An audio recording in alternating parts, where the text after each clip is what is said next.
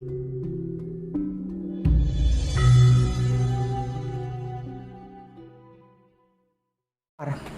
melalui orang lain atau melalui apa? Contohnya nggak usah jauh-jauh. Pak Hendra pernah nyangka nggak?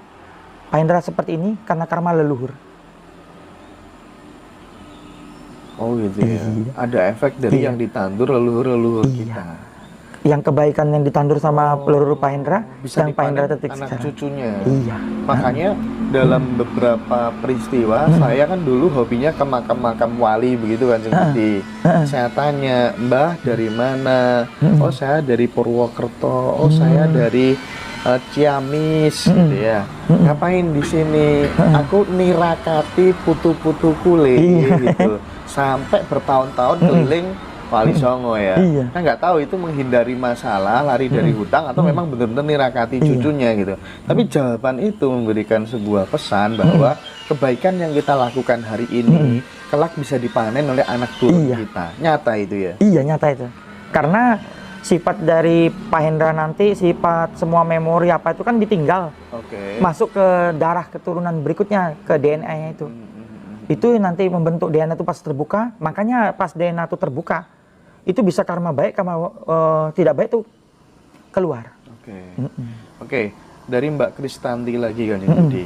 Lalu bagaimana dengan orang yang bekerja misalnya dagang dan dagangannya laris, tapi keuangannya tidak berhenti? Maksudnya gimana ini? Dagangannya laris, tapi keuangannya itu maksudnya gini mungkin ya, selalu habis terus gitu mungkin ya. Gimana itu? Jadi dia proyeknya besar, tapi yang dia masuk rekening sedikit kayak case-case seperti itu kan banyak tuh. Gimana tuh? Itu ada banyak tuh namanya rezeki masuk, bocornya besar.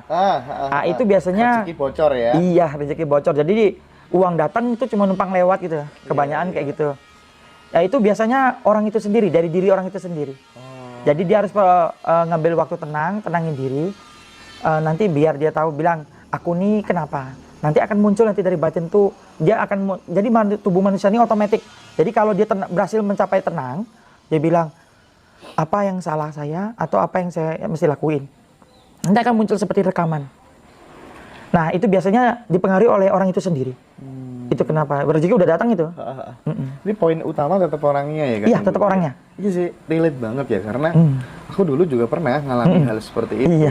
Terus akhirnya aku sepakat dengan diriku sendiri, mulai bulan depan hal ini nggak boleh terjadi dalam hidupku. Itu aku ulang-ulang terus, aku repetisi terus gitu.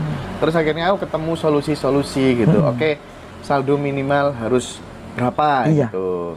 Ya, jadi ketika kemudian udah mau sampai misal kayak kita mungkin nyamannya di 100 juta misalnya ya, atau 200 misalnya gitu. Ya udah, ketika sisa saldo 205 itu harus benar-benar berhemat, jangan sampai tembus di bawah 200 dan lain sebagainya gitu. Ini kan bisa disiasati sendiri gitu ya. Jadi sekali lagi poinnya itu ada di orangnya. Jadi contohnya gini Pak, misalnya kita ada si Agus misalnya. Si Agus ini bekerja dapat gaji bulanan, terus dia mau beli mobil, tidak tebeli, akhirnya dia kredit, akhirnya dia kan harus ngangsur tiap bulan, dan akhirnya terbeli mobil itu. Jadi orang tuh harus gitu, harus punya target, yang itu baru dia bisa. Kalau dia misalnya harusnya sebenarnya kalau dia tabung baik-baik, dia terbeli mobil itu cash. Nah jadi manusia tuh kayak gitu, harus dibentuk bener. Iya Mbak Kinasih, itu masukan saya seperti itu karena saya ngalamin sendiri gitu. Jadi misalnya Mbak nyamannya di saldo 200 kan tetap tenang meskipun karena kan tetap tenang gitu ya. Tapi kalau udah ke bawah biasanya ketika kita khawatir itu makin ada aja kebutuhan tidak terduga gitu. Makanya harus pinter-pinter ngatur lah ya.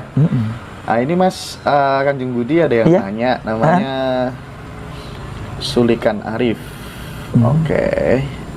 Bisa nggak jelasin karma itu apa gitu? Pengertiannya gimana karma itu? Saya jelasin yang gampang dicerna aja ya, jadi nggak mengikut definisi. Jadi karma tuh apa yang kamu perbuat itu nanti kamu dapat. Jadi perbuatan yang kamu lakukan baik atau buruk itu nanti ada hasilnya, hasil baik atau buruk. Misalnya saya bantu orang, tiba-tiba nanti saya dapat rezeki dari orang lain saat saya butuh. Misalnya saya taruh karma baik. Jadi sebenarnya kenapa di agama dibilang ayo sedekah dan lain-lain, itu sebenarnya numpulin karma baik itu. Nanti untuk keturunan ke bawah. Iya. Iya. Jadi seperti yang dilakukan Kanjeng Budi gitu, ketika ada orang minta tolong, ditolong gitu kan Iya. ya. Jadi konsep untuk menolong diri kita sendiri itu sebenarnya ya dengan cara menolong banyak orang. Iya, betul. Karena itu menabur karma baik gitu ya. Iya. Dan ini biasanya bisa nggak sih Kanjeng Budi, ketika orang tabungan energinya baik, kok baik, banyak gitu ya, bertumbuk sampai kemudian ke menembus batas level aman tertentu, itu terkadang akan muncul keajaiban-keajaiban di dalam dirinya orang itu gitu. Misal temanku gitu ya, karena dia yakin bahwa ketika dia berbuat baik sampai kemudian menembus batas level aman gitu, misal ada hujan gitu ya, dia bilang, oh nanti aku sampai tempat lokasi ini hujan berhenti gitu. Dan itu selalu presisi begitu di dalam hidupnya. Bisa nggak sampai seperti itu? Kalau itu beda lagi. Itu orang itu mungkin sudah ada kekuatan dari leluhurnya atau kemampuan lain. Kalau perbuatan baik ini dia tidaklah mengganggu alam semesta. Itu kan mengganggu alam namanya. Keinginan egois itu namanya. Saya makanya kan bilang saya tidak pernah lagi mau nahan hujan dan lain-lain. Itu kan egois. Hanya untuk keuntungan orang ini pesta, orang lain harus tidak dapat air gitu. Nggak mau ya? Iya, gitu saya ya? tidak mau itu. Itu melanggar ini alam. Tapi pernah dulu? Dulu pernah. Itu Karena kan metode- dibayar metode dulu. apa Iya, gitu? bayarnya. Pakai metode apa gitu? Metodenya banyak. Kalau yang dari Islam ada ayatnya kan, Iya. Al-Kahfi ya kalau salah itu. Nah, itu nanti digeser-geser. Kalau dalam hipnoterapi, jadi hipnoterapi yang paling hebat. Dia harus samain frekuensinya dengan awan tadi, sampai nanti terasa nyaman di dirinya, baru nanti dia mulai geser. Itu tanpa ilmu, hipnoterapi. Jadi pawang hujan tuh banyak ada. Nah kalau yang pawang hujan biasa dia pakai keris, jin, nanti dia hujannya berpindah. Lalu ada orang pakai mantra, hujannya berpindah. Kalau di kampung saya dia baca mantra, nanti dia gerakin pindah. Nah kenapa orang kan banyak bertanya kenapa kok bisa hujannya pindah? Kan itu dari Gusti Allah turunnya. Karena yang tugas nurunin hujan tuh ada petugasnya. Jadi Gusti udah supin semua alam ini, ada petugasnya. Jadi berbeda-beda aja. Dia kadang-kadang ada jin tertentu atau ada malaikat tertentu. Jadi dia bertugas nurunin hujan situ. Nah, ada juga kalau orang meluki teknik Logo Sukmo, dia akan masuk ke sono. Nanti dia ngomong, tolong bisa nggak hujan digeser. Jadi ada petugasnya. Setiap alam ini bukan, jadi orang lihat kan otomatis semua di alam ini. Tapi ada yang bekerja di situ. Kalau kita bisa lihat, gitu. Jadi tidak ada yang tidak bekerja. Makanya dunia kita ini penuh banget sama orang-orang goib-goib yang bekerja yang memang semua pekerjanya dari yang Gusti. Gusti Allah tuh punya sub-sub di bawahnya banyak. Gusti hanya duduk aja. Jadi semua sub. Tapi kalau manusia kan Gusti ada sendiri dalam diri manusia masing-masing. Nah, makanya kenapa hati-hati banget dalam mencipta. Kesalahan orang selama ini Pak Indra, dia mencipta.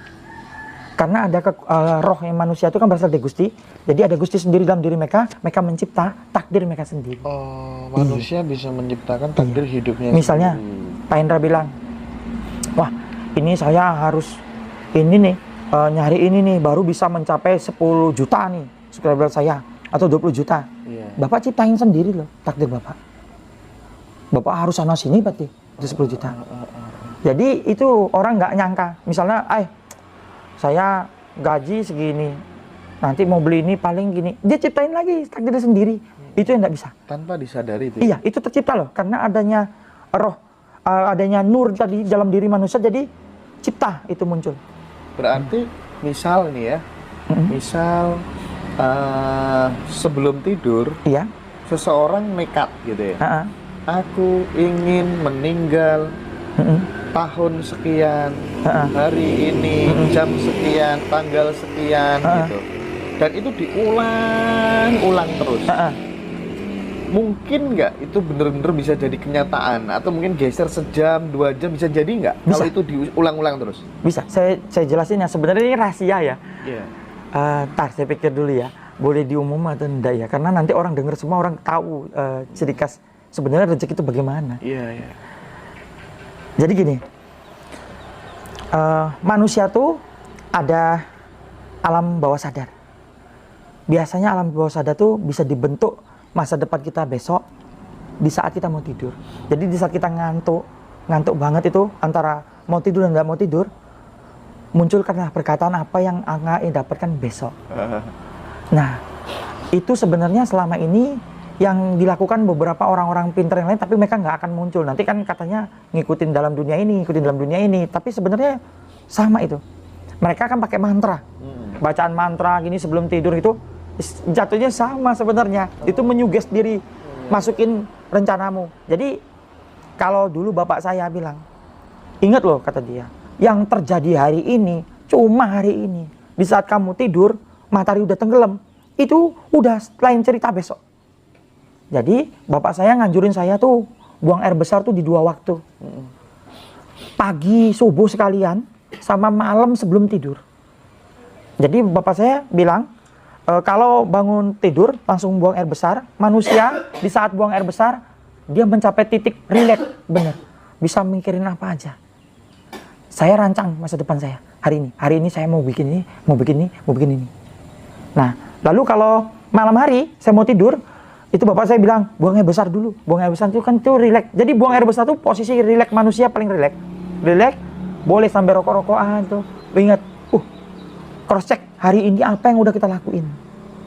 Ternyata tadi saya ngomong sama ini, misalnya nyinggung dia, langsung beresin.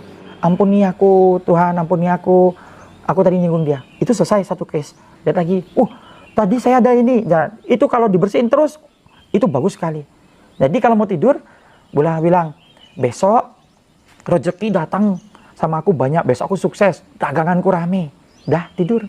Gitu. Nanti di saat bangun tidur, kalau dia bangun tidur tiba-tiba tidak enak atau gimana, itu saya anjurin meditasi. Karena tidak boleh hari diawali tidak baik. Maksudnya tidak enak, kecut, marah, tidak bisa. Rezeki tidak ada aja saat itu. Begitu. Jadi mending meditasi dulu supaya kemudian kembali normal. Iya, karena manusiawi. Saat kurangnya tidur, kayak misalnya Pak Dodi kan jalan jauh mana sana sini, kurang tidur. Ya kayak gitu pengaruh pasti. Kalau saya siasatinya apa yang tubuh saya suka. Misalnya saya suka wangi gaharu, saya bakar 1. Saya suka coklat, saya makan sebelum tidur gitu. Nah, jadi harus tahu setiap manusia tuh beda kenyamanannya apa. Iya. Dari jawaban Ki Budi tadi, berarti kan manusia itu punya kontribusi dong untuk menentukan dia mau usia pendek, dia mau usia panjang gitu. Sementara di dalam berbagai macam belief dikatakan bahwa mati itu yang nentuin Tuhan, bukan kamu gitu. Tapi kenyataannya kalau misalnya andai kata kemudian kita dengan case tadi, kita bisa berkontribusi lewat suara yang diulang-ulang, direpetisi gitu, dan itu bisa terjadi. Itu gimana itu kan? Jadi gini, kalau mau ngikutin takdir manusia benar, memang udah ada jalur takdirnya. Cuma hebatnya manusia ini diberi kebebasan untuk memilih di masa dia hidup. Jadi Tuhan itu ngasih kita kebebasan milih jalan kita. Misalnya, kalau orang ini mau milih meninggal cepat, kan dia makan aja yang tidak baik dan lain-lain, bunuh diri, itu kan menjadi cepat. Atau dia lakukan hal-hal yang ingin umur panjang, seperti misalnya kalau kayak di Hong Kong kan, atau di Cina, atau di Jepang, kan mereka panjang umur semua. Kita tanya, makannya sayur, ini. Jadi mereka tuh bisa untuk lakukan itu. Jadi manusia ini hati-hati banget karena ada daya cipta yang muncul, karena adanya roh tadi dalam diri manusia yang berasal dari Gusti Allah tadi. Jadi dia punya power, daya ciptanya muncul. Jadi sebenarnya kita ini kalau mau mengeluarkan potensi diri, bagaimana kita mengeluarkan potensi dari dalam itu. Makanya manusia ini mengerikan. Kalau semua terbuka, dia udah istilahnya memiliki kekuatan yang luar biasa di dunia ini. Karena itu kan berasal dari cahayanya Gusti Allah dalam diri dia tuh. Berarti kan pengetahuan semua kekuatan itu berasal dari sana. Jadi Tuhan sebagai kecerdasan semesta, sebagai sumber dari segala sumber dan sebagai kekosongan yang absolut, itu punya kemampuan untuk mencipta. Nah, manusia adalah co-kreatornya berarti ya. Dia pencipta kedua setelah Tuhan. Iya. Kita pencipta, kalau saya bilang yang gampang kecil-kecilan gitu. Iya, hidupnya sendiri. Meskipun itu adalah bahkan itu adalah kematiannya sendiri pun bisa dia. Iya. Oke, berarti sekarang kan ketemu jawabannya. Gak perlu kamu cari pesugihan, gak perlu kamu ke dukun gitu. Cukup ketika kemudian mau tidur atau dalam kondisi yang sangat rileks gitu ya. Ya udah, suarakan aja gitu kan. apa yang ingin kamu capai. Yang penting kamu bener-bener selaras antara pikiran dan perasaan gitu kan. Nah, ketika itu kemudian sudah tidak ada sedikit pun keraguan di dalam ucapan-ucapan itu, berarti kan kita udah yakin secara utuh Kanjeng Iya, Budi. betul. Dan itu pasti akan terjadi seiring berjalannya waktu. Iya. Jadi ini sebenarnya rahasia kemakmuran itu yang orang sampai bertanya ke orang pintar dan lain-lain. Satu, yang kedua, kunci utama lagi itu 24 jam kita beraktivitas atau tidur, kita harus tahu sela di mana tubuh kita mesti istirahat. Jadi tubuh itu kalau dia minta kita harus total drop istirahat, saat kurang enak, kurang nyaman, mulai hacim-hacim, mulai apa, itu artinya tubuh minta istirahat dulu. Biar dia ngambil alih pemulihan.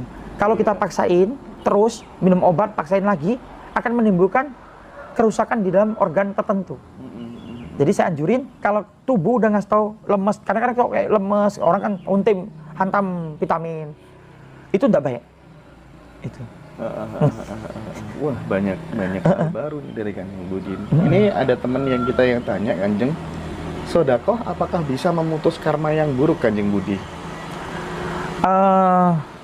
Sedekah bisa, tapi sedikit sekali pengaruhnya, tidak bisa, tetap harus ketemu orang yang ngerti, karena ada beberapa simpul yang harus dibuka. Sedekah bisa, tapi berapa banyak yang harus dilakukan?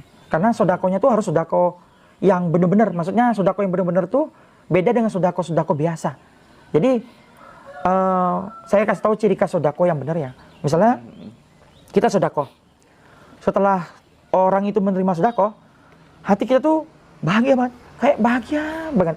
Nah, itu sedekah yang benar. Nanti turun cahaya dari langit itu, warna putih, masuk ke dalam diri orang itu. Nah, di dalam diri kita muncul kayak, bahagia banget itu. Nah,